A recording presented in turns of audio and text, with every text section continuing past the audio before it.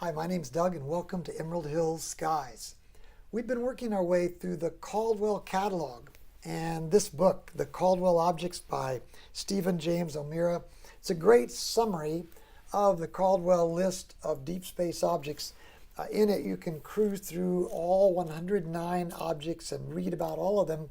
We've been trying to observe all of them one by one. Now, this list is a little different than the better known list called the Messier Catalogue, which was assembled by Charles Messier, a famous comet hunter back in the mid-1700s.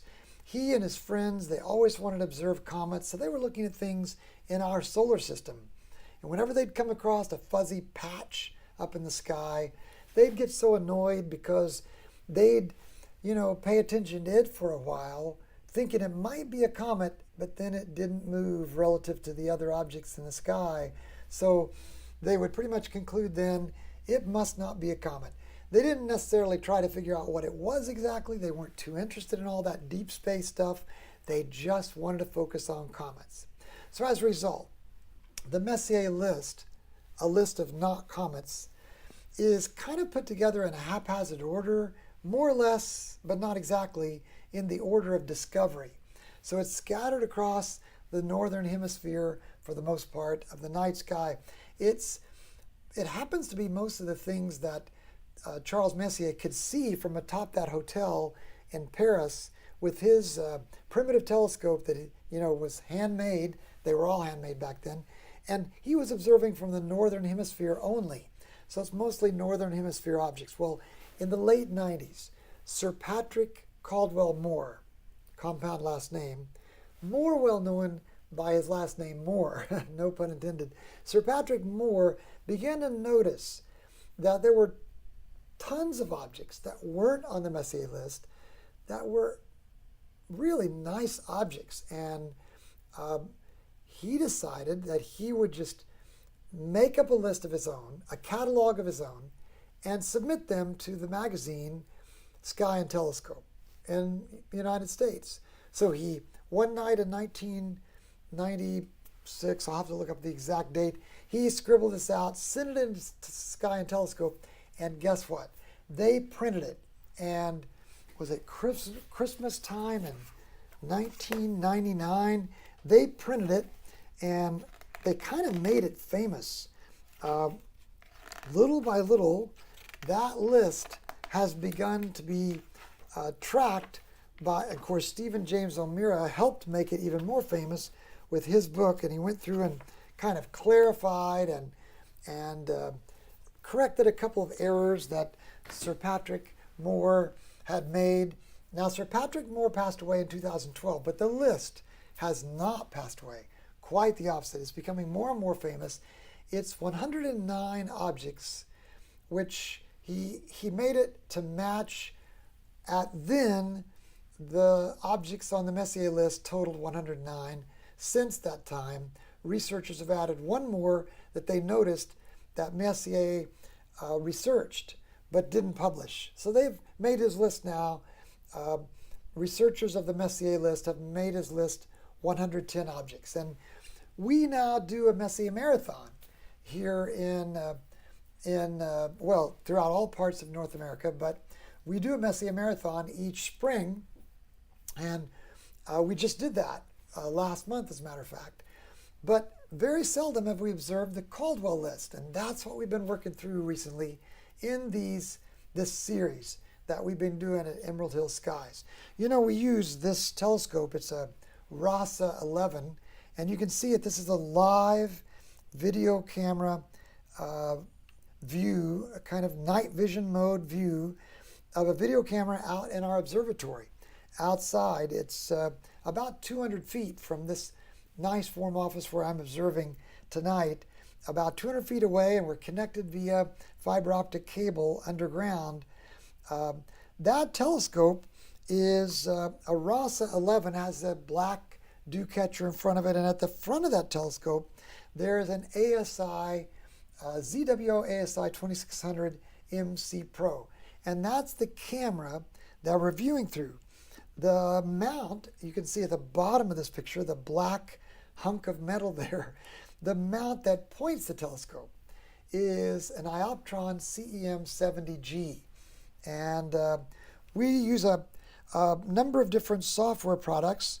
Let's go to our screen now. On the left side, you'll see that we're live stacking a particular object from the Caldwell list. It's C66. On the right side of the screen here, you can see our planetarium software, and it's called Starry Night Pro. And that little red rectangle that you see is roughly equivalent to the rectangle that our camera can observe. And you can see this object is very tiny. It's Caldwell 66, otherwise known as NGC 5694. We're zooming and zooming and zooming and zooming. And all the way inside of this frame, now you can start to see this globular cluster that is Caldwell 66. It is only around 4.3 arc minutes wide. So very, very, very tiny in the night sky. The night sky is divided up into 180 degrees. Each degree is divided up into 60 minutes, and this object is just 4 of those 60 minutes. So for me, observing with a RASA, this is a very small object. Not a lot special description written here in Starry Night Pro about Caldwell 66, other than just that it's a globular cluster. And so let's go over to our live view. Again, this is that ZWO ASI 2600 MC Pro, and sure enough, if we zoom in, you can see that globular cluster right there. Let's do another white balance of our sky. Let's move our black vertical bar in our histogram over to about there, and let's bring the mids up a little bit more so we can see a little bit more of this globular cluster, start to see a few more of the stars that are swirling around it. Some people compare these globular clusters to an entire swarm of angry bees, and that looks pretty much like this globular cluster. These are some of the oldest objects in our night sky, and they sort of swarm around galaxies around the outside of them. We could go and find what we can look for here about NGC 5694 in a Wikipedia article. It just simply says it's 114,000 light years away from the sun and 96,000 light years from the galactic center. It's one of the oldest known globular clusters in all of the Milky Way galaxy, forming with an apparent age of 12 billion years. Now I say apparent age myself because I don't know at what point God created the universe.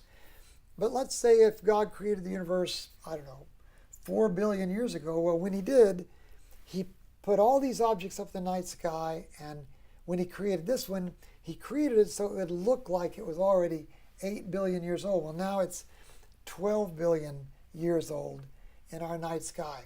Let's go to the Hubble list of the Caldwell objects, and let's scan down till we find Caldwell 66. And let's zoom into Caldwell 66 with the Hubble image. And you can see it is a beautiful, beautiful object here. Caldwell 66, also known as NGC 5694, was discovered by William Herschel in 1784. It's one of the oldest, most remote globular clusters in our galaxy. Located roughly 100,000 light years from Earth in the constellation Hydra, this collection of stars appears very faint in the sky with an apparent magnitude of just 10.2. You have to have a telescope to see it, and it's best seen in southern locations. But we're catching it just 25 degrees above the horizon. Now it's getting closer and closer to the meridian, and I'm curious, right there is the meridian. I'm curious to see what our mount will do. Let's look at our telescope, because it's just now coming up to the meridian. I'm curious to see what our mount does. Let's go over in our image, and let's go ahead and save an image of this, because I think once our mount gets to 10 degrees past the meridian, it will stop and twist 360 degrees around and start observing from the other side of the meridian. So we'll catch this image before, and we'll maybe say goodbye to Caldwell 66, otherwise known as NGC 5694. I'm going to go up in our sequencer, and we're going to switch to our next target sequence. And while it's doing that, I'm just going to look here and make sure we've got good audio here in our live stream. Switch to our next. Yeah, so I'm seeing some audio, and here's some people who are observing with us. Here's Billy Fisher. Welcome, Billy. Looks like you were greeting us, and there's Ray Astrophotography from Az. There's Billy Fisher. Did you guys see the 11-inch Fox Rasa High Point put on sale the other day? That was Auto Spell. It was a CPC Rasa. It was mounted in an altazimuth mount. Its yoke was there, and I saw that. It's very interesting, wasn't it?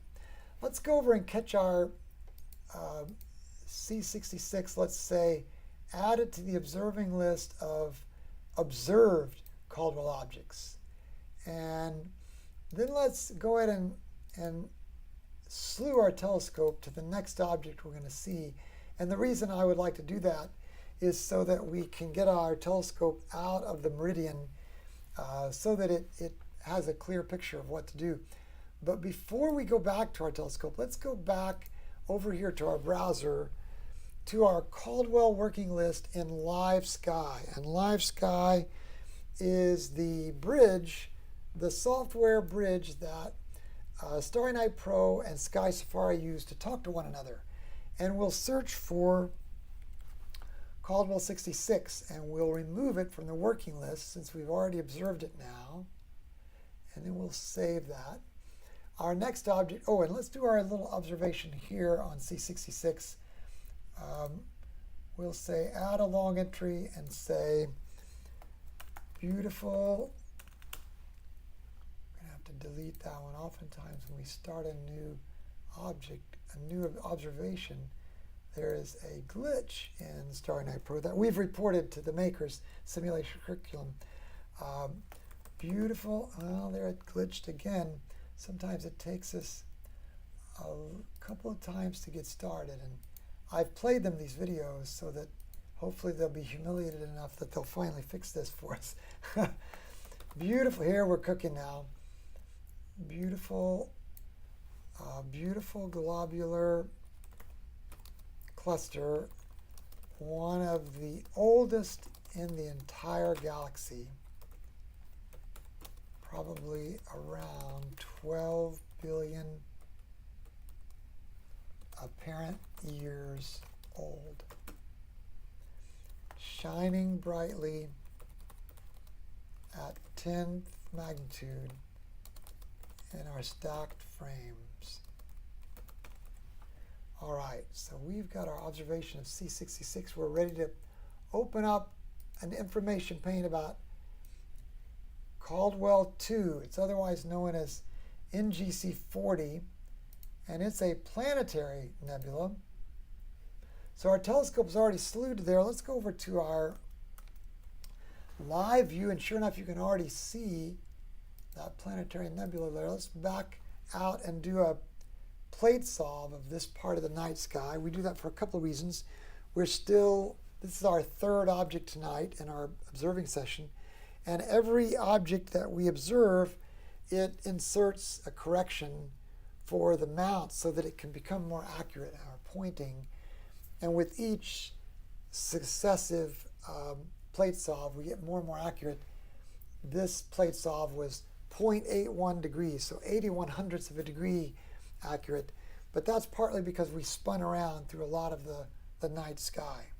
You can see well, you really can't because I don't have the screen queued up. But there now you can see in the screen the way there was some movement going on in the mount, kind of like a person skating to a stop on a hockey rink, you know. Those objects, those stars, were kind of sliding a little bit as we skidded to a stop. I'm going to put up here in our SharpCap Pro that we're looking at, Caldwell 2. I'm going to go down here in our title, and I'm going to say here, Caldwell 2, it's NGC 40 by the New Galactic Catalogue listing, a Planetary Nebula. And then we'll go back to our screen, and looks like we're ready to start our live stacking. So we'll run our live stacking software, and while that's starting to live stack, we'll say, Billy, if you don't mind, let us know where you're observing from tonight. You've logged on here in the middle of the night. It's 2:20 a.m. Eastern Time. So I'm going to guess that you must be out in the West Coast somewhere, or else you would not still be up in the middle of the night. And then as Ray, I believe you've logged on before. I think you're in Arizona. So here's our first frame, and you can already see that planetary nebula there. We're going to do a color balance, try to tune that color up a little bit. Sure enough, it did. It brought these humps together in one crest. So we're going to make that sky black. Azray, yes, in Arizona. Now we're going to pump up the mids a little bit. Look at how already we can see how red this planetary nebula is looking in the night sky. Wow, look at that color. And in the middle of this planetary nebula, I hope you can see it in the YouTube stream. You can clearly make out what seems to be the white dwarf in the middle of this planetary nebula. Billy says, we used to live in Jeffersonville, just a few, I wonder if you meant to say years ago, Doug, but then now you've moved to North Carolina. So are you really up at 2:25 in the middle of the night, Billy? This seems like it's crazy for you to be up at this hour of the night. But maybe you've got some job, you work as a night watchman, maybe. That's what we're going to assume. You know, planetary nebulae are interesting objects. The early astronomers saw them, and they saw the spherical shape of these fuzzy objects, and they noticed that they were more of a disk than the star points. And you can see that by the images that we're gathering here. We've got 6 stacked frames of 20-second time exposures each at 100 gain. And you can see why they would have thought, well, this is not a star pinpoint. So the only objects that our early astronomers knew when this object type or category was named was planets. And they had seen the disks of the planets, so they assumed that this must be some kind of a disk as well. And so they named this kind of object a planetary nebula, thinking that it had something to do with a planet. Well, sadly, it really has nothing to do with planets at all.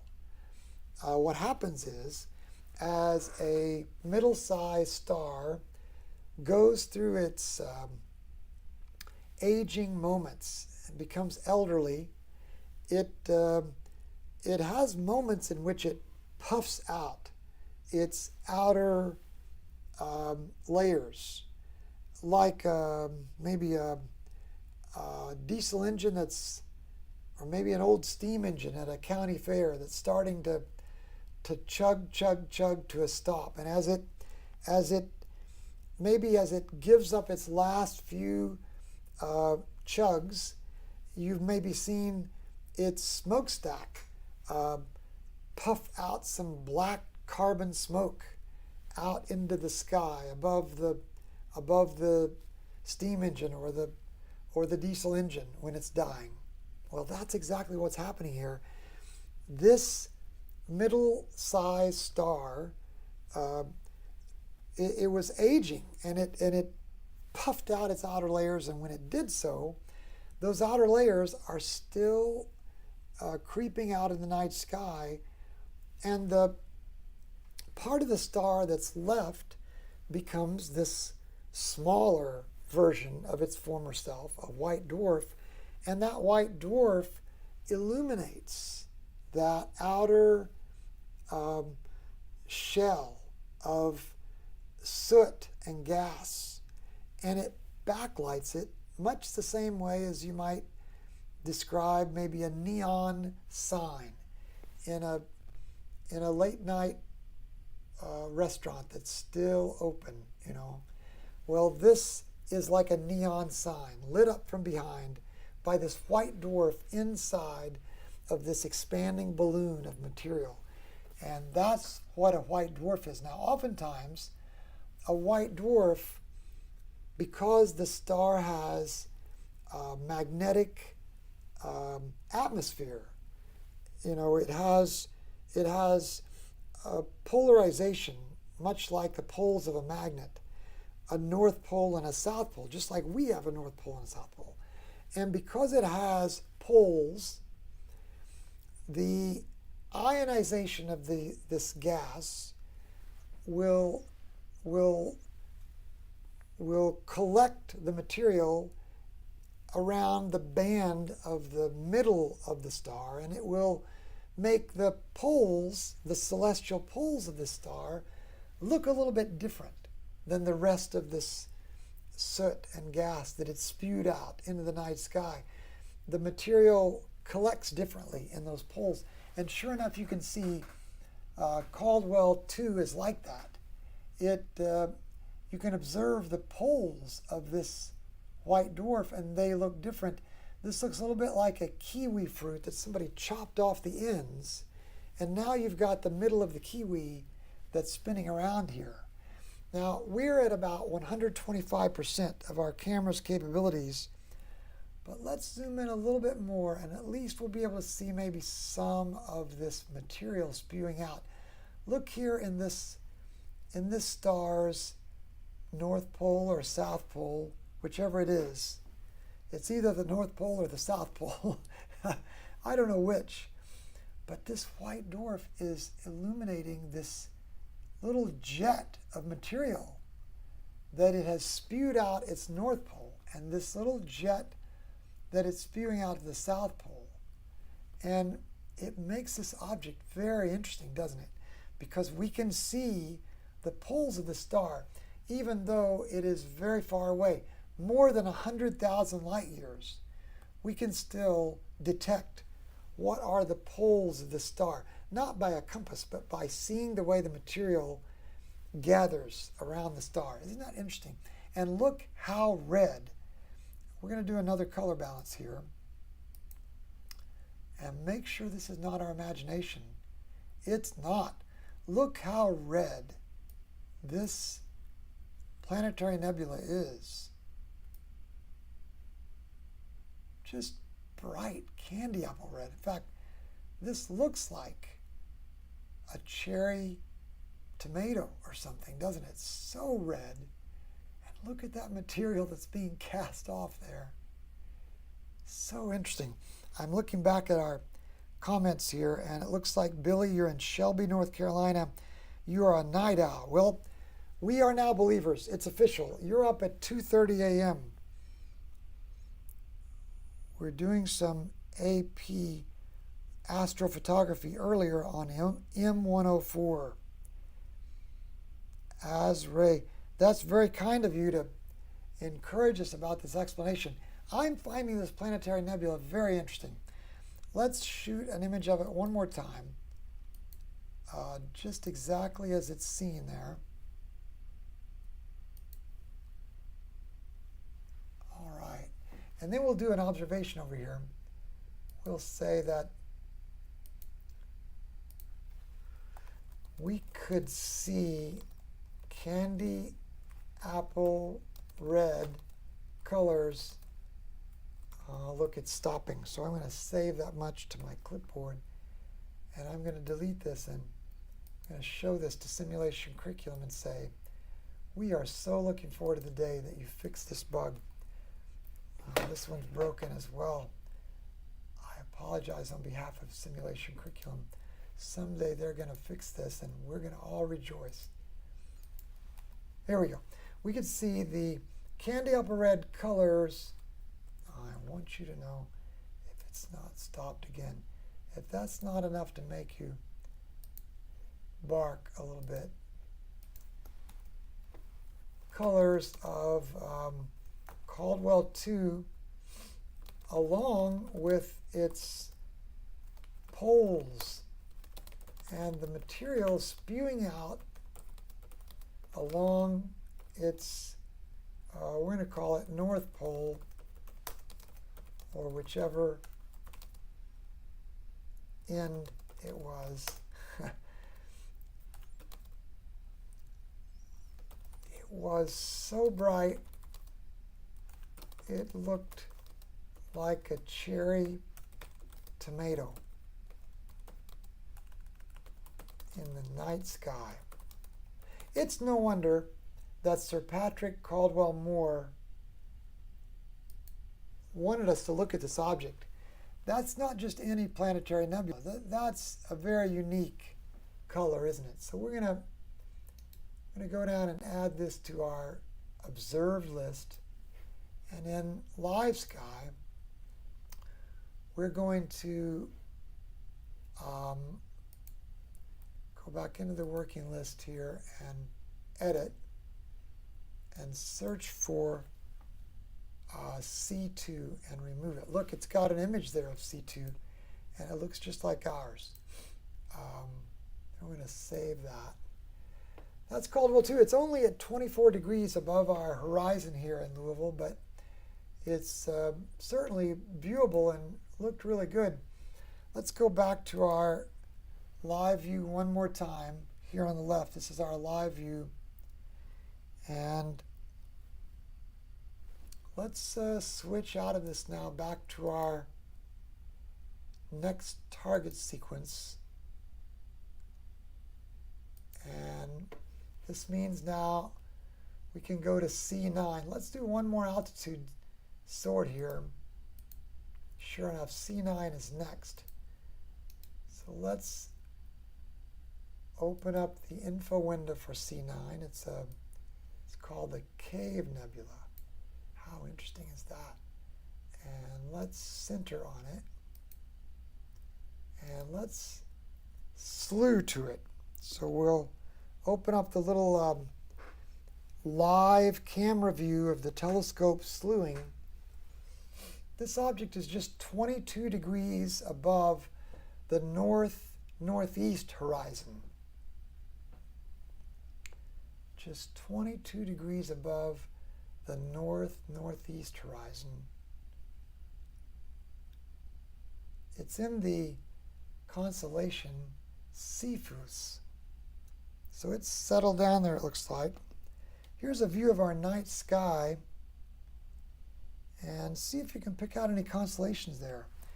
Can you go over on the left and make out the Big Dipper? Can you see the Big Dipper over on the left? Let me see here if I can join you on that screen. See over here on the left? See if you can see the Big Dipper. Far left of that picture. That's interesting. Okay, so we're going to go back to our live view and go back here. We're going to put C9 in our sharp cap name frame. We're going to go down to our title frame here and say C9, otherwise known as oh, this doesn't have an NGC number. It has SH2-155. I think that's sharpless, maybe. I forget what that's called. Or LBN 529. A diffuse nebula. Let's go back up to our screen. So we're ready now. Let's do a plate solve on this just to see if we're getting a little more accurate here in our pointing ability for our Ioptron CEM 70G mount. And this time it's coming back and it's saying that we are waiting for the drum roll. Looks like we were within a fourth of a degree, 0.26, 26 hundredths of a degree accuracy. So it's getting more and more accurate each time, and it'll continue to do so. We don't really use the 3-star alignment method like some people do with a hand paddle. The scope is polar aligned, and we just turn on the mount and we start doing plate solves, and that's the approach we use to teach our mount each night which part of the night sky. You know how that plate solving works. It takes a picture of the night sky. In case you're new to astronomy and you're watching this on recording someday, it takes a picture of the night sky and compares it to images saved in the software that our mount can visualize in conjunction with SharpCap. And then SharpCap looks at the live picture and compares it to the software and decides that it can make a little correction in the way the telescope is pointed and line it up better with what the mount expected the telescope to see. Looks like we've captured a bit of a hitchhiker across our galaxy here, right? Maybe a satellite making its way across the frame. There is a new control that lets us drop that out, but I forget where it is. It lets you drop out sharpless. Yes, I think you're right. That's what you do also from your observatory. You do plate solves as well, it sounds like, Azrae. Now these satellite trails will average out. Why is that? Because as SharpCap is live stacking these 20-second exposures, the next exposure won't have the satellite in the image anymore. So SharpCap will realize, okay, that was some kind of an aberration. I'm just going to kind of let that fade into the sunset. But boy, you can see that planetary, or this diffuse nebula here in the middle. We'll just zero in on it to about 100% of the camera's capabilities. There it is, the Cave Nebula. Let's do a color balance. And let's scoot our darks over here on top of the crest. Now that's not bad for our mids. We don't want to throw it so much that it makes the whole sky tinted. That's the limit of our zoom that we can do optically, but we can zoom in a little bit more digitally, usually. You can see this Cave Nebula.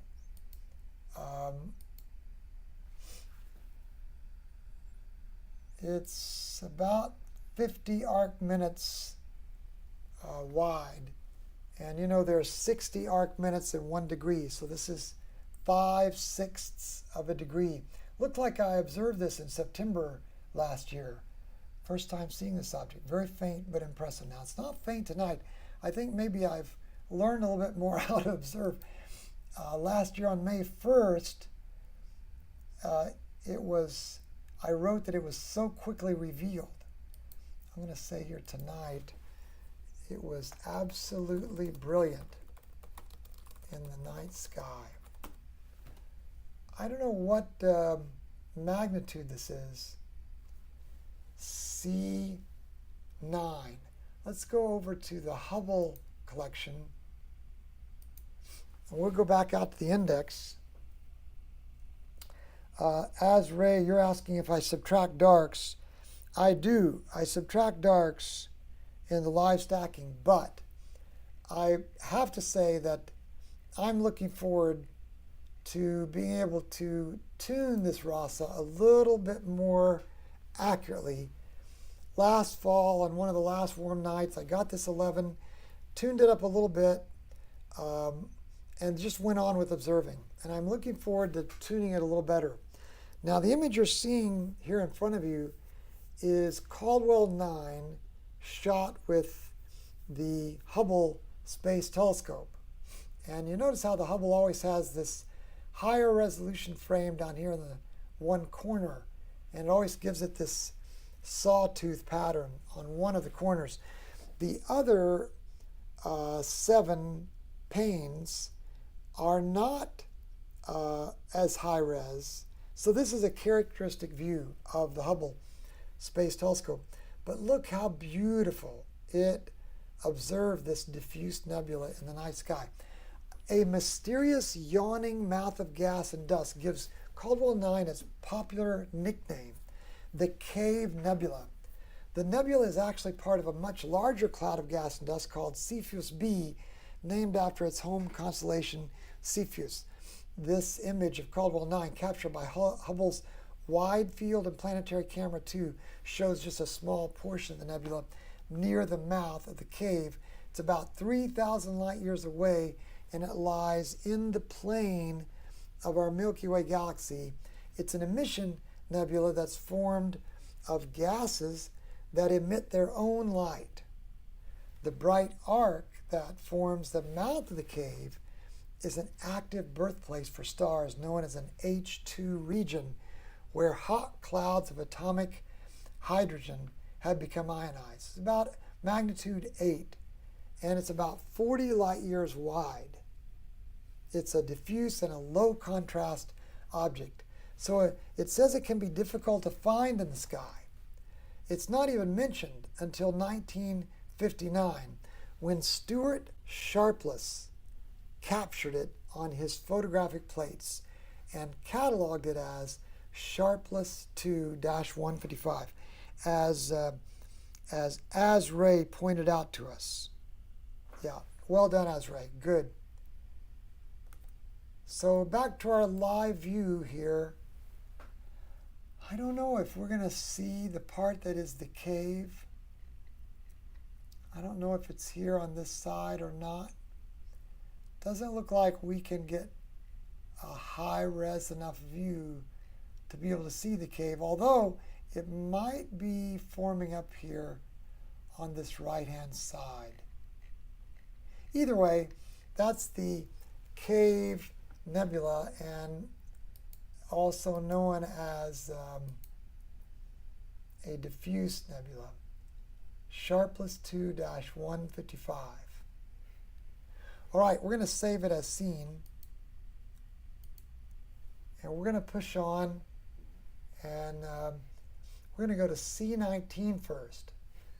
So let's switch back to our next target sequence there, and while that's happening, we'll add C9 to our observed list. And over here in Live Sky, we'll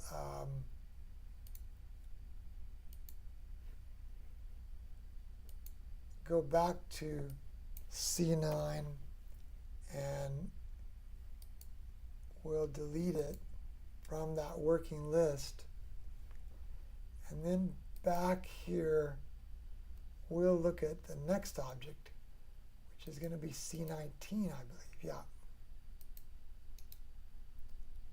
We'll open up a little information pane on C19.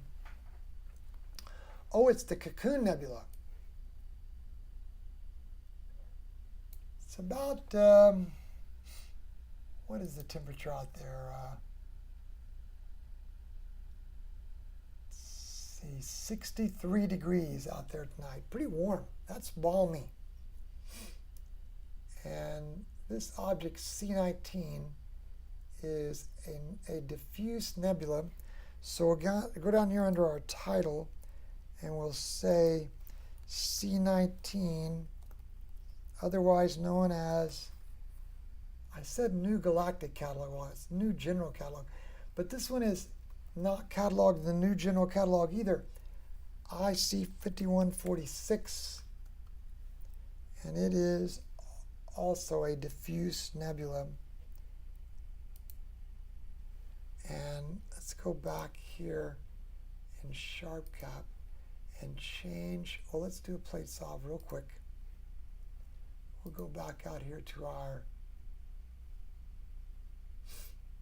wide view as soon as it gives us back control of the scene. Congrats on the new observatory, Doug. She's a real beauty. It really is a lot of fun.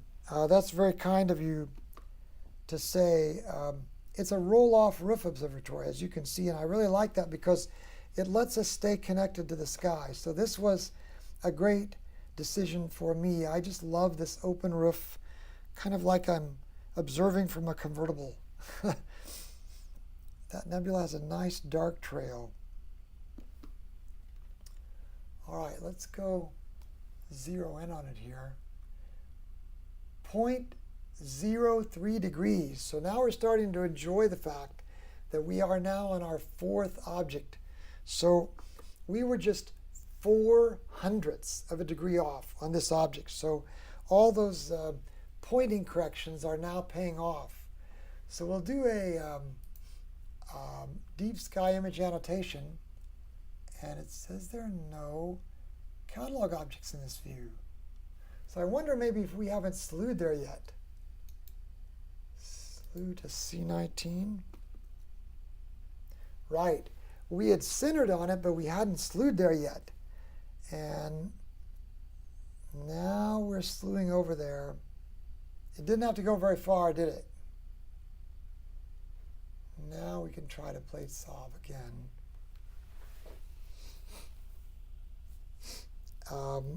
That's why we were just 4/100ths of a degree off, because we were still in the same location as we were last time. And this time, as we plate solved, we were 0.3 degrees off. And you can see it sure enough has found the Cocoon Nebula, and it's kind of following it in the frame as it recenters it for us. Caldwell 19, the Cocoon Nebula, otherwise known as IC 5146, is kind of centering up for us in the screen. There's the screen. You can see the deep sky annotation. We'll pull that off now. SharpCap's deep sky annotation. And we'll switch to the EAA imaging run. Now I know that you're aware, you guys who are watching with us live, you're aware of EAA, but for someone who might come by and watch the recorded version, we'll just one more time explain that EAA stands for Electronically-Assisted Astronomy. And it basically means that you're switching out the eyepiece for a camera. And by doing that, we actually open up a couple of different options. One option is we can let you see what we're seeing real time as we see it. So we're observing together. We're seeing exactly the same thing. People sometimes say to me, "Oh, Doug, I've got to come and, spend some time with you in that observatory. And I'm willing to spend time with people out there, but there's nothing to see out there because there's no eyepiece on this telescope. If you look at where the eyepiece might have gone, only a camera can fit there. So we can spend some time out in the observatory. We'll just be like maybe sitting around out there, but we won't be able to see anything. Now, I got to take that back. I do have actually a screen mounted on the wall now, and we'll do some live streams later using that screen that's mounted on the wall. But really, most of the time, we observe from here in my office. And by observing here, we actually, we can stay in shirt sleeve environment year round. Now I want to make sure you notice here in the middle of this, picture, look how the big star field goes suddenly a little bit black.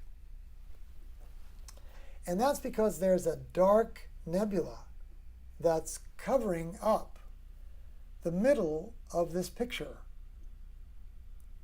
And that dark nebula is basically kind of like a collection of gas and dust that obscures whatever's behind it, maybe stars.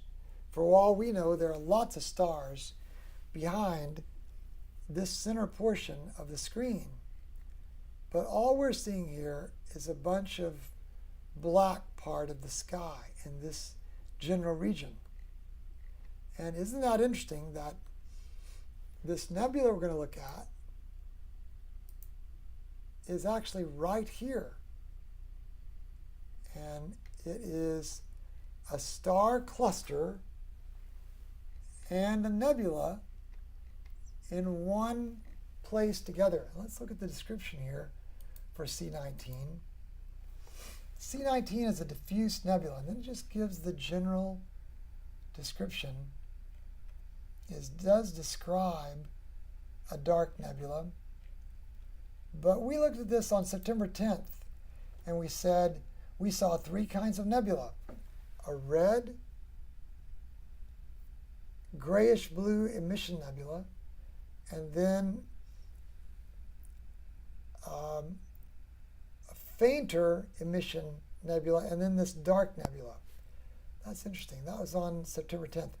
On May 1st, we said, amazing that these objects are right there waiting. On April 19th, we wrote, we had just begun seeing this object in the faint darkness when each new frame became brighter and brighter with sunrise. Not our best view of the Cocoon Nebula. So that was April 19th last year, and it was 6:17 a.m. when we were observing. So let's start a new observation tonight and say after 3 minutes we could see the dark nebula, but not much more. I don't know about you, but I'm not seeing very much here.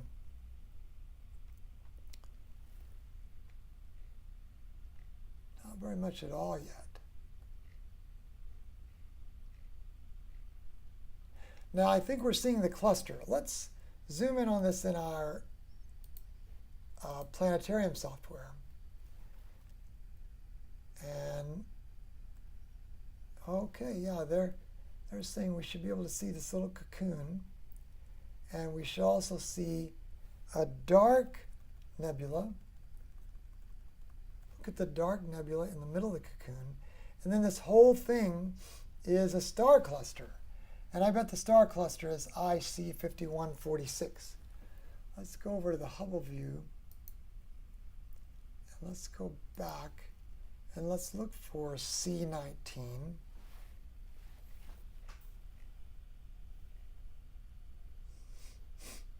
And let's don't do a survey. C19. Well, it appears not to be on there, huh?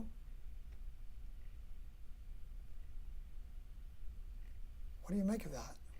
You think they skipped past it?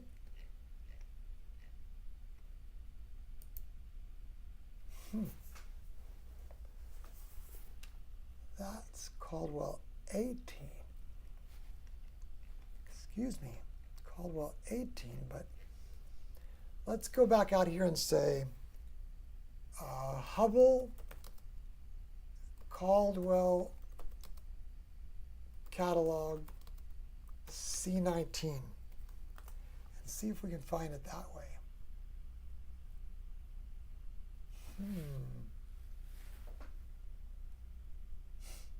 You know,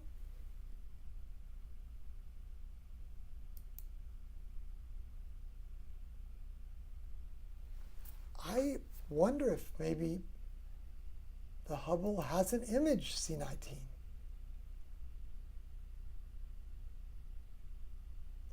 Because it looks like it's MIA there. There are some other images of C19, but not from the Hubble. Well, we'll just make our own, won't we? There's our live view. Let's get rid of the... We'll kind of center this up, and then we'll get rid of the image annotation, which does tell us that we're in the right place. Do you think that's it?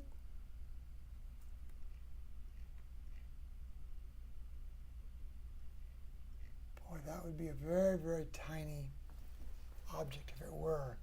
Let's go look at the other data. 12 arc minutes. That's 1/5 of a degree. Boy, I don't know. 12 arc minutes. You know, maybe the Cocoon Nebula, let's do another color balance. And then let's pull our blacks over to this crest. And then let's pump up our mids a little more.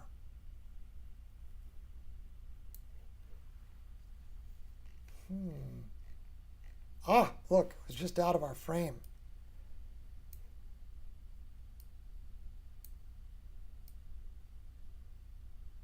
So there's the Cocoon Nebula. Now let's take these mids and let's not pump them up quite that much.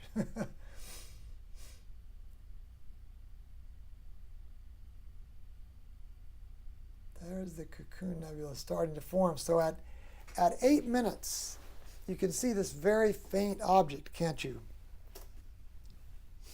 And you can compare it to the version here in our planetarium software.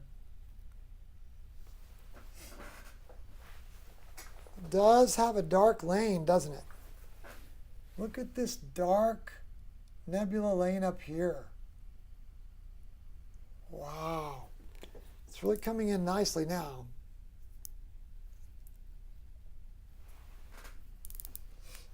Look how that impedes the stars behind it.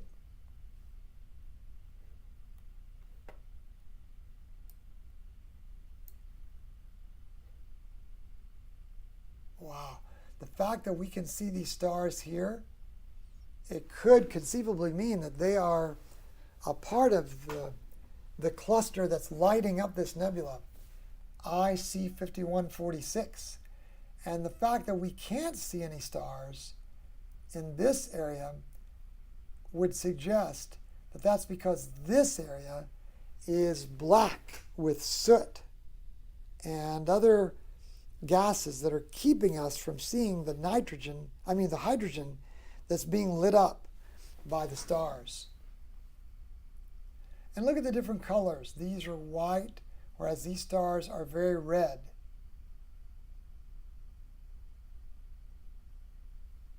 Beautiful, beautiful object. Well, that's 9 minutes, and I believe we've been able to see the Cocoon Nebula. Let's save this exactly as seen. Beautiful. Why don't we go over here and go to C19 and say add to the observing list called observed.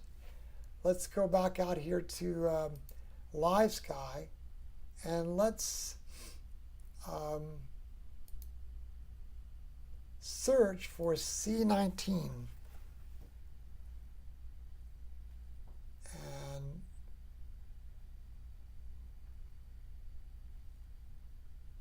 see, edit, and search for C19 and remove it.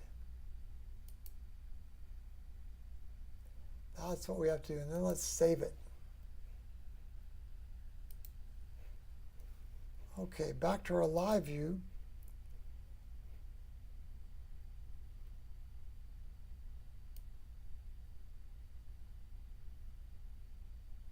Looks like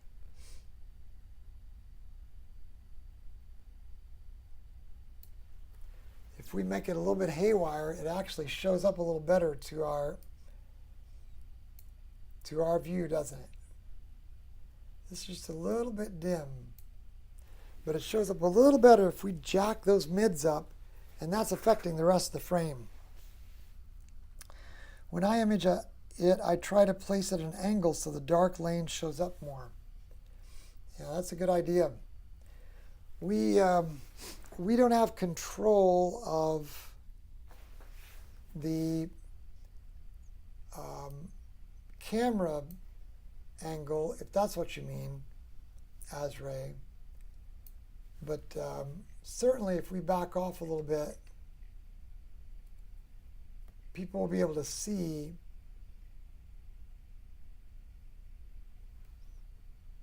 the dark lanes, certainly.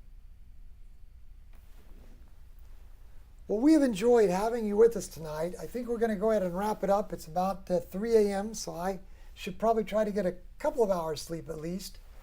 I'm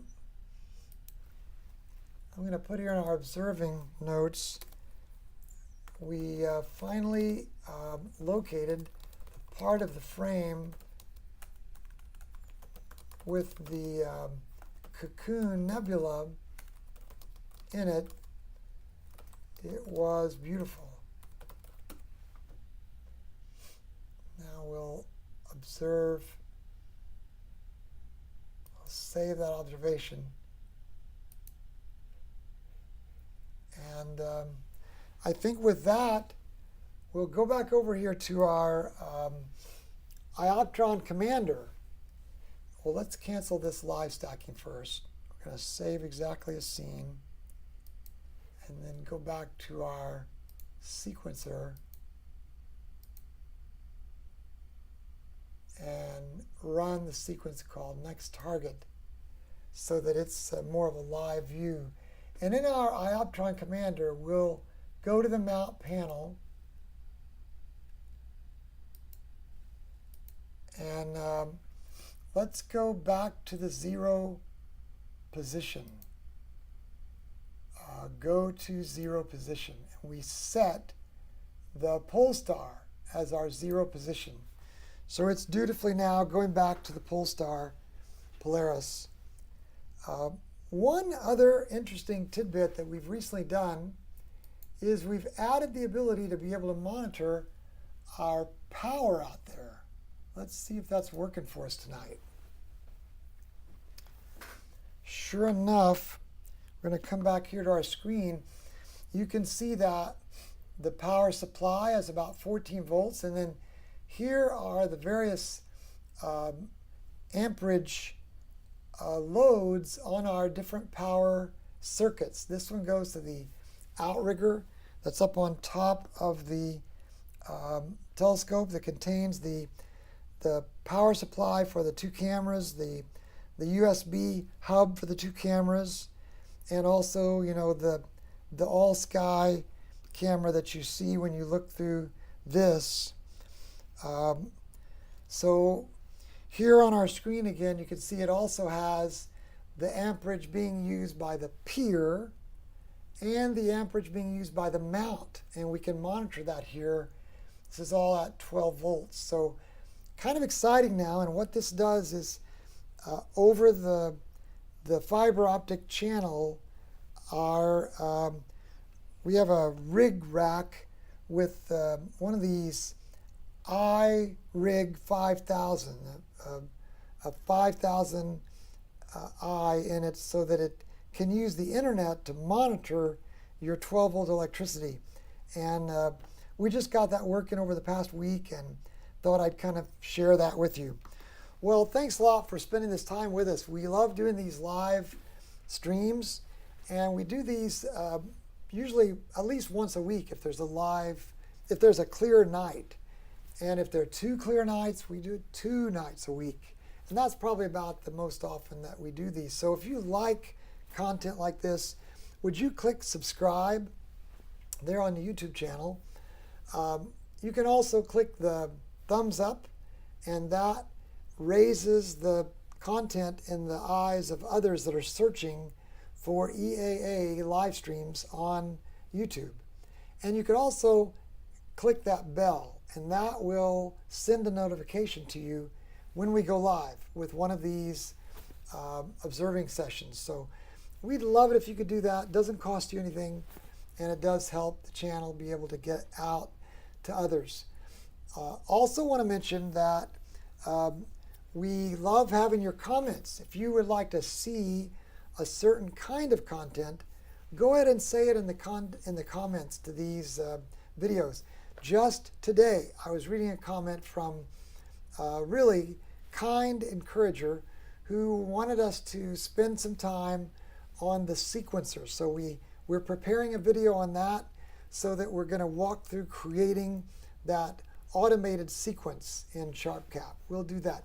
If you'd like to see a little bit more close-up on any of the content that we do, just say so in the comments and let us know what you do with EAA. What kind of a rig do you have? And we'll look forward to hearing more about that. Well, thanks to those that were observing live with us. Azray says, no, I adjust it so it's not centered. I see in the frame. Thank you, Azray, for spending this time with us in the middle of your night as well. We really don't deserve you guys being so kind as to spend that time with us, but thank you for doing it. And thank you if you're watching the recorded version. We hope you'll stop back by. We do have a website. It's called emeraldhillskies.com. And at emeraldhillskies.com, you can discover some other resources that we make available for you, including a full resource called EAA 101 that helps you understand how to do electronically assisted astronomy. In fact, you can go to that website directly, EAA101.com, and it takes you directly to that resource. We're just assembling that over time so that folks can learn about EAA, and we have a bunch of helpers that are helping us do it, and we'd encourage you to stop by. So thanks to you for stopping by, and I'd also like to thank God for creating really cool images like the ones that we have here on the screen tonight. Our Cocoon Nebula, here in our planetarium software, Starry Night Pro. Thank you and thank God for making these. We'll look forward to seeing you back again. Hope you'll stop back by, and we'll see you next time. God bless and good night from Emerald Hill Skies.